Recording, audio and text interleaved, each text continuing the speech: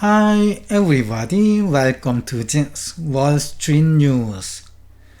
According to the US Department of Labor, the number of Americans claiming unemployment benefits fell from 234,000 to 227,000 in the week ending August 10th.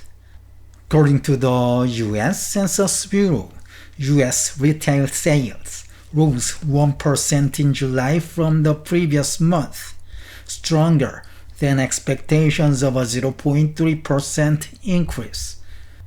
According to the Federal Reserve, industrial production fell 0.6% in July, month-over-month, lower than expectations of a 0.3% decrease.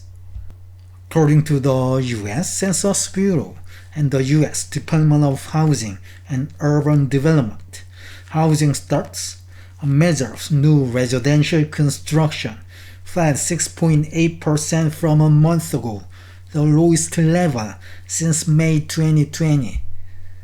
Atlanta Fed GDPNow estimates U.S. real GDP growth at 2% for the third quarter 2024.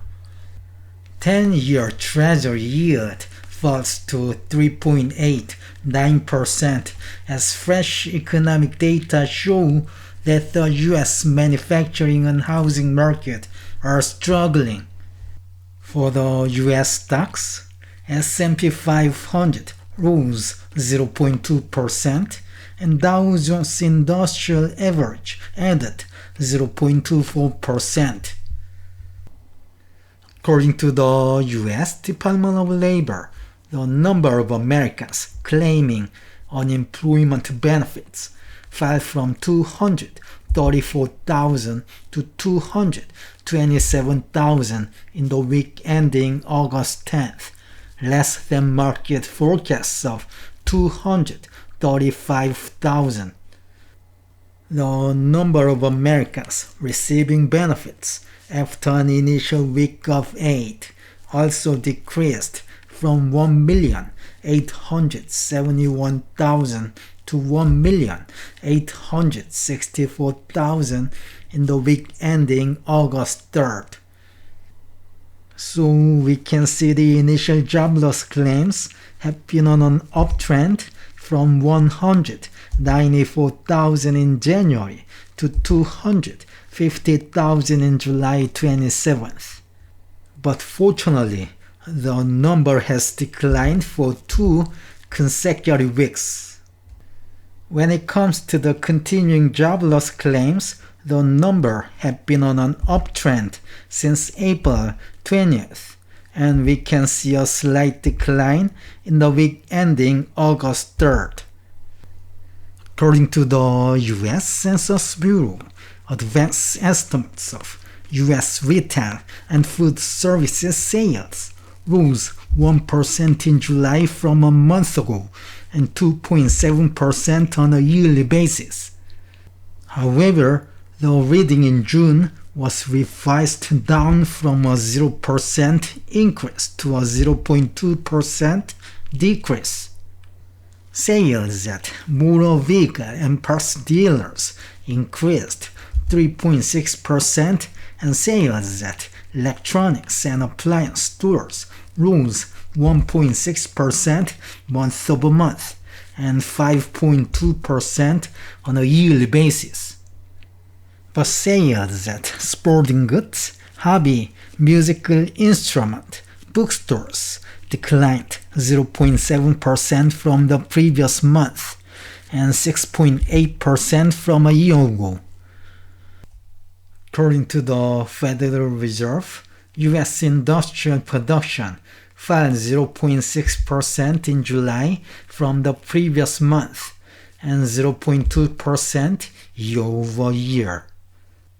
The Federal Reserve said, quote, early July shutdowns concentrated in the petrochemical and related industries due to Hurricane Beryl held down the growth of industrial production by an estimated 0.3 percentage point.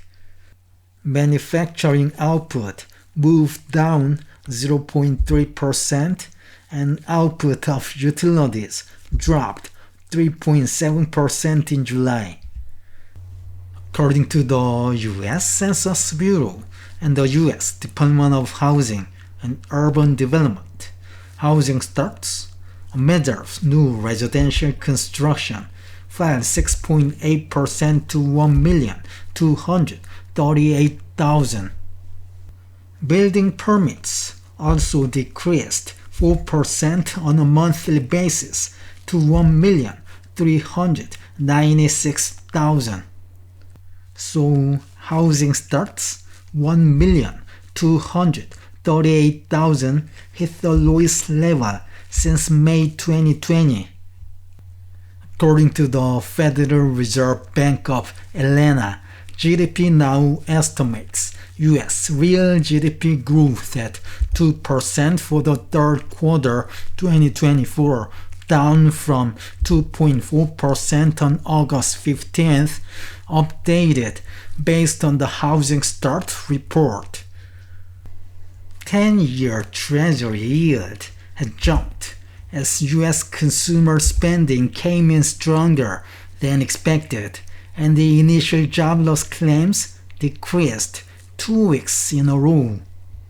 But the yield falls as fresh economic data such as industrial production and housing starts show that the U.S. manufacturing and the housing market are still struggling. For the U.S. stocks, S&P 500 rose 0.2%, Dow Jones Industrial Average added 0.24%. The tech-heavy Nasdaq gained 0.21%.